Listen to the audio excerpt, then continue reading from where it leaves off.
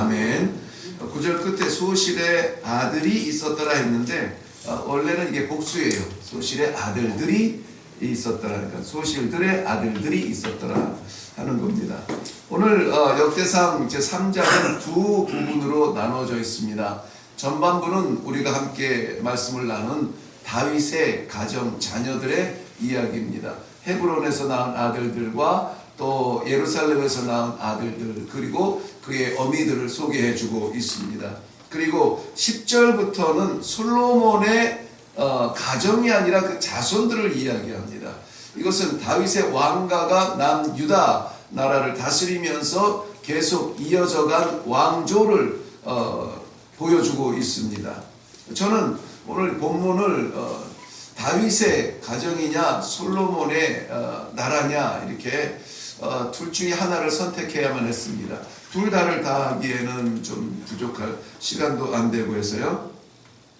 그러다가 물론 개념적으로는 나라, 왕국, 남유다의 왕조의 흐름 이런 것들이 더 좀 크게 보이지만 그러나 그 왕조를 이루는 그 다윗의 가족사를 먼저 나누는 것이 좋겠다는 생각이 들었습니다.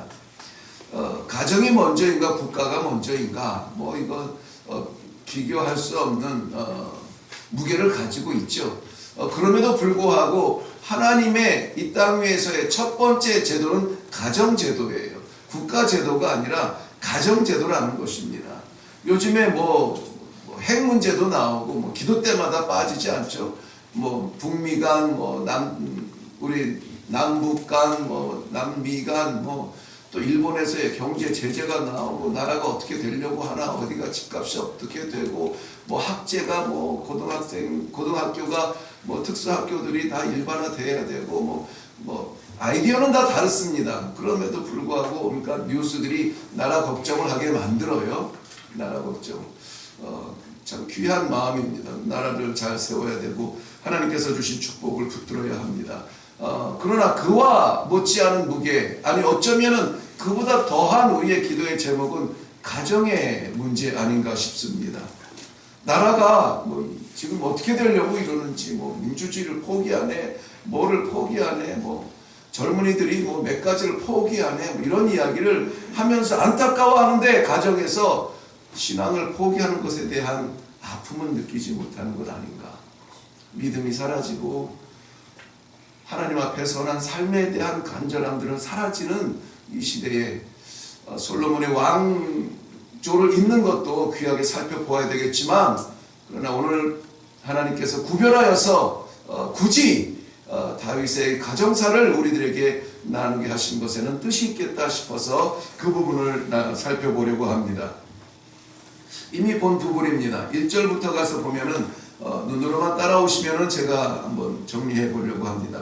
다윗이 헤브론에서 낳은 아들들이라고 합니다. 헤브론에서는 7년 6개월을 다스렸는데요. 맏아들은 암논이고 이스라엘 여인 아히노아미의 소생입니다. 둘째 아들은 다니엘이고 둘째 아들은 다니엘이고 아비가일의 소생, 셋째 아들은 압살롬이고 마아가의 아들, 넷째 아들은 아도니아고 학깃의 아들, 다섯째는 스바냐고 아비달의 소생, 여섯째는 이드람이고 다윗의 아내 에글라의 소생이라고 되었습니다. 예루살렘에서 나온 아들들은 예루살렘에서는 33년을 다스려서 전체 40년을 다윗이 다스리게 되는데요. 시므아, 소박, 나단, 솔로몬 네 아들은 바수아의 소생이라. 여기서 말하는 바수아는 우리가 아는 대로 밧세바의 소생, 이 변형된 이 발음입니다. 그래서 밧세바의 아들들로 나오고 있습니다.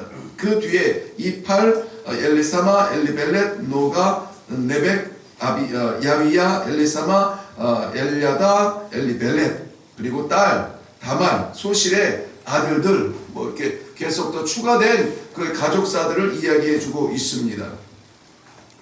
이것을 왜 이렇게 설명을 해주냐면은 다윗이 낳은 특별히 헤브론에서 완전한 헤브론에서는 이제 나라를 사울에게로부터 독립적 나라를 물려받으면서 예루살렘에 입성하기 전입니다. 그러니까는 다윗의 마음도 많이 불안합니다. 어떻게 이 나라를 세워가야 되는가? 이제 기회가 왔는데 어떻게 이걸 붙들어야 되는가 하는 어떤 바램에 대한 간절함이 있어요. 그렇기 때문에 여기저기 당시의 결혼의 풍습은 가족이라고 하는 이 경계를 넓히는 의미인데 이것이 왕의 입장에서는 나라의 지경을 넓히는 의미예요. 그래서 여기서 나오는 6 아들들의 어미가 다 달라요.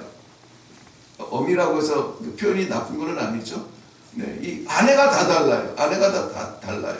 그리고 예루살렘에 입성을 해서 드디어 왕국을 다스리게 된 다윗은 바세바로부터 4 아들을 낳게 됩니다.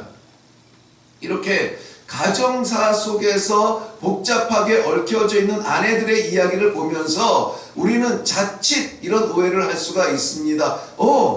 성경에서도 정말 이렇게 훌륭하고 위대한 사람들도 아내가 많았네. 일부 다처제에 대해서 옹호할 수 있는 그러한 배경이 될 소지가 있어요.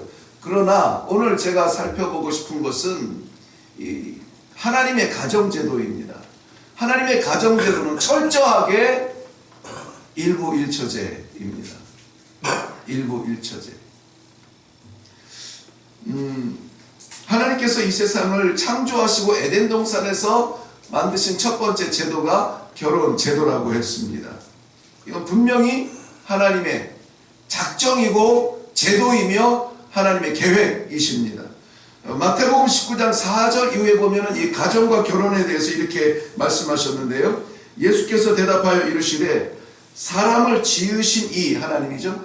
사람을 지으신 이가 본래 그들을 남자와 여자로 지으시고 말씀하시기를 그러므로 사람이 그 부모를 떠나서 아내와 합하여 그 둘이 한 몸이 될지니라 하신 것을 읽지 못하였느냐. 그런즉 이제 둘이 아니요 한 몸이니 그러므로 하나님이 짝지어 주신 것을 사람이 나누지 못할지니라 하시니. 이것이 하나님의 질서예요. 가정을 향한 하나님의 계획이고 하나님의 제도예요. 제도는 법이고 법은 지켜야 되는 것입니다.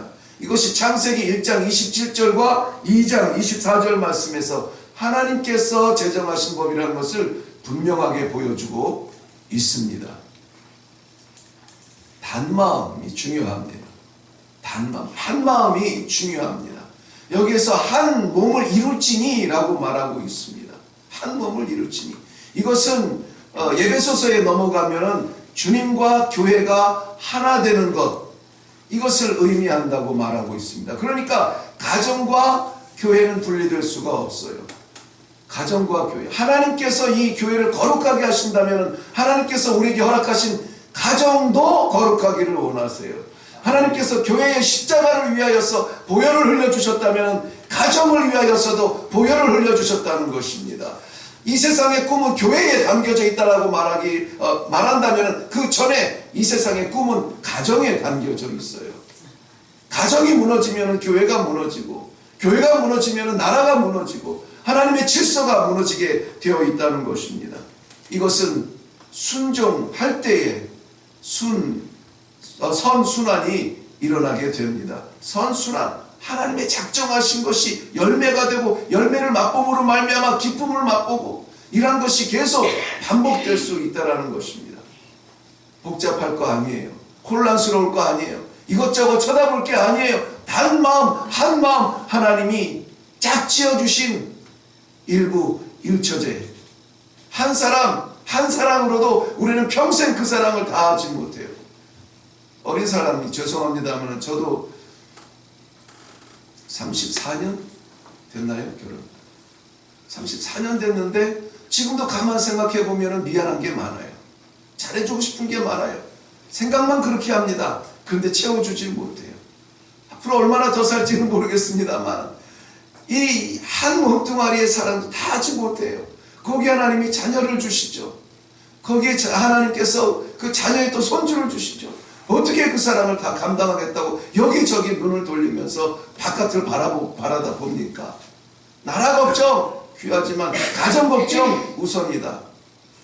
민주주의 포기하는 것처럼 보이는 것 안타까워하면서 가정에서 믿음이 포기되어지는 것을 안타까워하지 아니하는 것은 도대체 어떤 감심장이냐? 무슨 표현 같지만 오늘 우리가 곰곰이 생각하며 기도할 제목입니다. 오늘은 아무쪼록 모든 기도가 우리 가정에 다 쏟아져서 내 몸뚱아리 내 영혼 다 쏟아져서 가정을 살린다면 가치 있는 헌신입니다. 가치 있는 희생입니다. 기꺼이 그것을 위하여서 기도하며 섬기기로 작정하고 나아갈 수 있기를 바랍니다. 용서하고 덮어주고 끌어안고 들어주고 마음껏 사랑하여 믿음의 진실이 드러나는 우리의 복된 하나님의 나라, 하나님의 교회, 하나님의 가정 될 수 있기를 주님의 이름으로 축원합니다. 이러한 하나님의 본래의 아름다운 뜻이 변질되었어요. 그 마음과 생각이 원하는 대로 산 사람들에 의해서 변질됐다는 것입니다. 예루살렘에서 4명의 이 아이를 낳았던 여인 바세바, 순수한 사람은 아니죠. 그의 가장 충성스럽고 사랑하는 우리야, 부하 우리야의 아내였던 여인을 빼앗기 위하여서 우리야를 살해하는 그러한 변질된 신앙인의 모습을 보게 됩니다. 결국은 그를 죽이고 차지한 것이 바세바예요. 그렇게 태어난 솔로몬은 어떻습니까? 아버지가 그러한 모습으로 자기가 태어나고 또 보면은 많은 여인들이 아버지의 주변에 있고 형제들이 많은데 배가 다르고 그것을 바라다 본 솔로몬의 전략적 생존 의지가 발휘한 것은 7,000명의 아내들과 3,000명의 첩들이었습니다. 이런 것들이 허락이 된다고 해서 눈 감는다고 해서 이것을 그들도 그랬는데 우리도 그래야 되지 않아요? 그렇게 생각하면 안 돼요. 이들의 조금 후에도 설명하겠지만은 이렇게 모여든 자녀들 간에 그 피비린내 나는 전투와 전쟁과 가정이 얼마나 피폐해지는 그런 결과를 우리가 보고 있습니까? 욕망을 쫓아갔던 삼손도 결국은 그 욕망 때문에 부끄러운 파멸을 당하게 됩니다. 이 시대에 우리는 이렇게 자녀들에게 권고하지 않습니까? 많이 만나봐. 많이 만나봐. 심지어는 요즘에는 뭐 결혼하기 전에도 좀 살아본다고 하는데 그걸 지혜라고 해요. 임신해서 결혼 전에 임신해서 배불룩해서 들어오는 아이를 그건 다 부모님의 사랑이겠죠.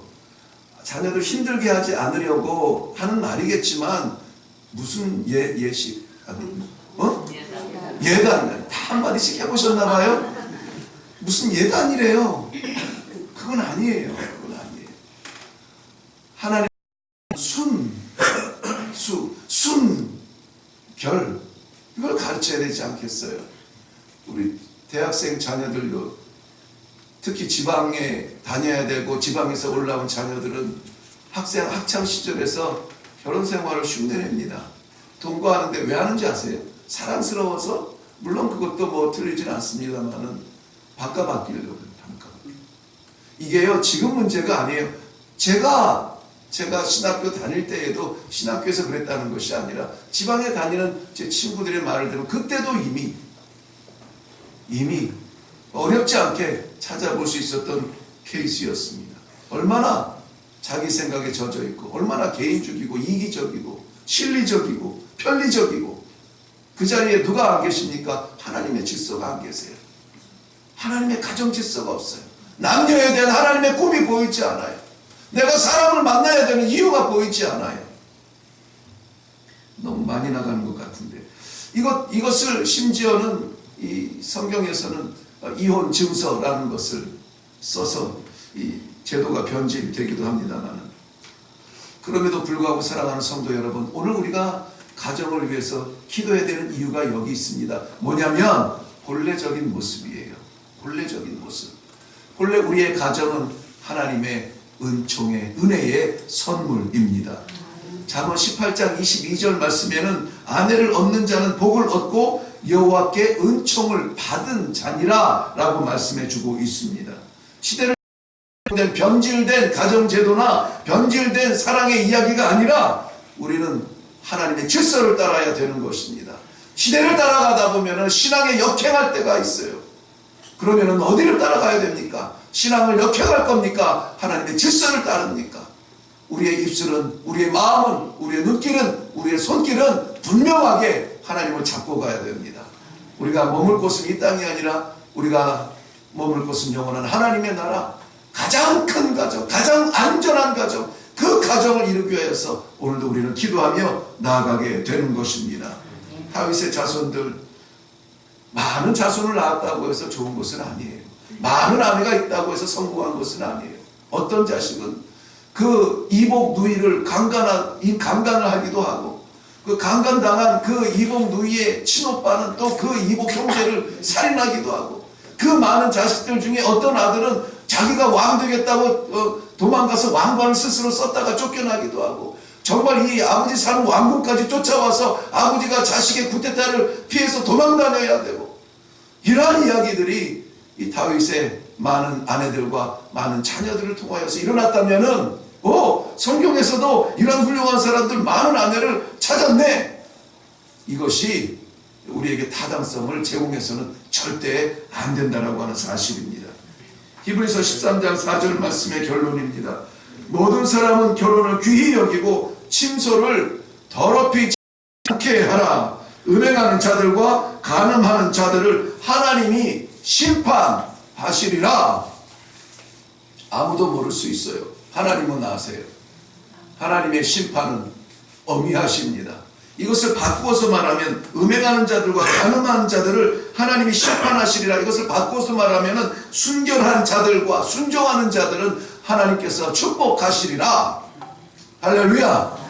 이 성경 본문의 결론이 좀 어둡게 내려지는 것 같아서 소망으로 내리고 싶어서 제가 바꿔봤습니다. 순종하는 자들과 순결을 지키는 자들 하나님께서 축복하시리라. 오늘 우리 모든 가정은 하나님의 결혼 질서, 결혼 제도, 일부일처, 온전한 사랑, 하나된 사랑, 예수님과 교회를 향한 사랑, 이것이 우리의 가정에서 이루어져서 오늘도 하나님의 나라가 따뜻하고 아름답고 사랑스럽게 우리 가정 속에 꽃피기를 주님의 이름으로 축원합니다. 기도하겠습니다. 살아계신 아버지, 은혜를 감사합니다. 저희들에게 허락하여 주신 가정의 질서를 위하여서 하나님 앞에 기도하려고 합니다. 하나님께서 말씀하여 주시는 대로 많은 것이 좋은 것이 아니라 허락하여 주신 우리의 가정, 허락하여 주신 아내와 남편, 허락하여 주신 이 자녀들, 여기에서 하나님의 나라가 분명하게 보이게 하여 주시옵소서. 영원한 축복, 그 그림자가 우리의 가정 안에 있게 하여 주시옵시고, 저희들의 순결과 저희들의 순수와 저희들의 순종을 통하여서 오늘 우리의 가정의 찬송이 회복되어지며 기도가 회복되어지며 하나님의 나라가 회복되어지는 놀라운 축복이 있게 하여 주옵소서. 감사드렸고 예수님의 이름으로 기도하옵나이다. 아멘. 하나님의 결혼 제도, 우리의 가정을 이루는 것 하나님이십니다. 우리의 가정을 붙드는 것 하나님이셔야만 합니다. 우리가 나라 걱정할 때 가정 걱정도 같이 하면서 오늘은 온전히 우리가 가정의 신앙을 위하여서 한번 절절하게 기도할 수 있기를 바랍니다. 세상의 질서가 아니라 우리는 신앙의 질서, 하늘의 질서로 살아가는 가정이어야 합니다. 세상이 이렇게 저렇게 흘러간다, 그것 따라가다가는 우리는 헤어날 수가 없습니다. 우리 하나님의 허락하여 주신 이 말씀대로, 신앙 질서대로, 하나님께서 감동 주시는 대로 우리 하나님 아버지께서 허락하여 주신 가정, 이 작은 교회 되기 위하여서, 작은 천국 되기 위하여서 오늘도 순종과 순결로 나아가겠습니다. 간절히 기도하며 나아가시기를 바랍니다.